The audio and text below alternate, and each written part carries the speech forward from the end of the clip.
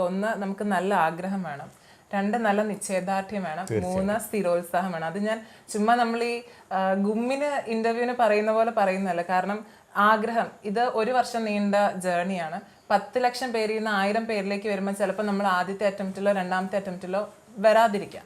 അപ്പം നമുക്ക് ആ ഒരു ആഗ്രഹം ഇല്ലെങ്കിൽ നമ്മൾ അവിടെ ശക്തമായ ആഗ്രഹം ഉണ്ടെങ്കിൽ ആ ഒരു ജേർണിയിൽ കണ്ടിന്യൂ ചെയ്യാൻ പറ്റത്തുള്ളൂ. കാരണം ഇന്ന് ഞാൻ പോയപ്പം ആൽഫ്രഡ് എന്ന് പറഞ്ഞ 34 റാങ്ക് കിട്ടിയ കുട്ടീനെ കണ്ടു. അവന്റെ 5ാമത്തെ അറ്റംപ്റ്റ്, അതായത് അവൻ 7 വർഷമായി ഈ ഫീൽഡിൽ നിൽക്കാൻ തുടങ്ങിയിട്ട്.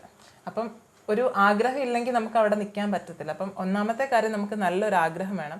രണ്ടാമത്തെ കാര്യം വേണം നിശ്ചയദാർഢ്യം. കാരണം നമ്മൾ ചിലപ്പം മിക്കവാറും ഞാൻ ഓണമൊക്കെ കൂടിയിട്ട് 2-3 വർഷമായി. കാരണം ഓണത്തിന്റെ സമയത്തായിരിക്കും നമുക്ക് മെയിൻസിന്റെ എക്സാം വരുന്നത്. അപ്പം നമുക്ക് അവിടെ നിന്ന് ഇവിടെ വരെ ട്രാവൽ ചെയ്യാൻ പോസിബിൾ അല്ല. അപ്പം നമ്മൾ ആലോചിക്കും, നിശ്ചയദാർഢ്യം ഇല്ലെങ്കിൽ നമ്മൾ ആലോചിക്കും, എനിക്ക് വീട്ടിൽ പോവാമല്ലോ, അല്ലെങ്കിൽ ഞാൻ ഇവിടെ നിൽക്കേണ്ട കാര്യമില്ല, അല്ലെങ്കിൽ കുറച്ച് ബുദ്ധിമുട്ടുകൾ വരും. ചിലപ്പോൾ കുറേ നേരം ഇരുന്ന് പഠിച്ചു കഴിയുമ്പോൾ നമുക്ക് പുറം വേദന, കൈവേദന, അപ്പം നമുക്ക് ഇട്ടിട്ട് പോകാനുള്ള സാധ്യതകൾ വരും. പിന്നെ മാനസികമായിട്ട് ഇതിനൊരു പ്രഷർ വരും. അപ്പം നിശ്ചയദാർഢ്യം ഉണ്ടെങ്കിൽ മാത്രമേ നമുക്ക് മുന്നേറാൻ പറ്റത്തുള്ളൂ. പിന്നെ സ്ഥിരോത്സാഹം.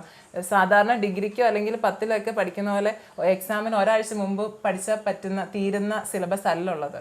ഈ 3 സ്റ്റേജിലും ഓരോരോ സ്കില്ലുകൾ നമുക്കുണ്ടെങ്കിലേ നമുക്ക് ക്ലിയർ ചെയ്യാൻ പറ്റത്തുള്ളൂ. അപ്പം നമ്മൾ എല്ലാ ദിവസവും ഒരു നിശ്ചിത, ഇപ്പം 12-20 മണിക്കൂറൊന്നും പഠിക്കണം എന്ന് ഞാൻ പറയില്ല, പക്ഷെ മിനിമം ഒരു 8-9 മണിക്കൂർ എല്ലാ ദിവസവും പഠിച്ചേ പറ്റൂ. കാരണം അതുപോലെ വലിയ സിലബസ് ആണ് UPSCയുടേത്. അപ്പം സ്ഥിരമായിട്ട് സ്ഥിരോത്സാഹം വേണം, നിശ്ചയദാർഢ്യം വേണം, ആഗ്രഹം വേണം.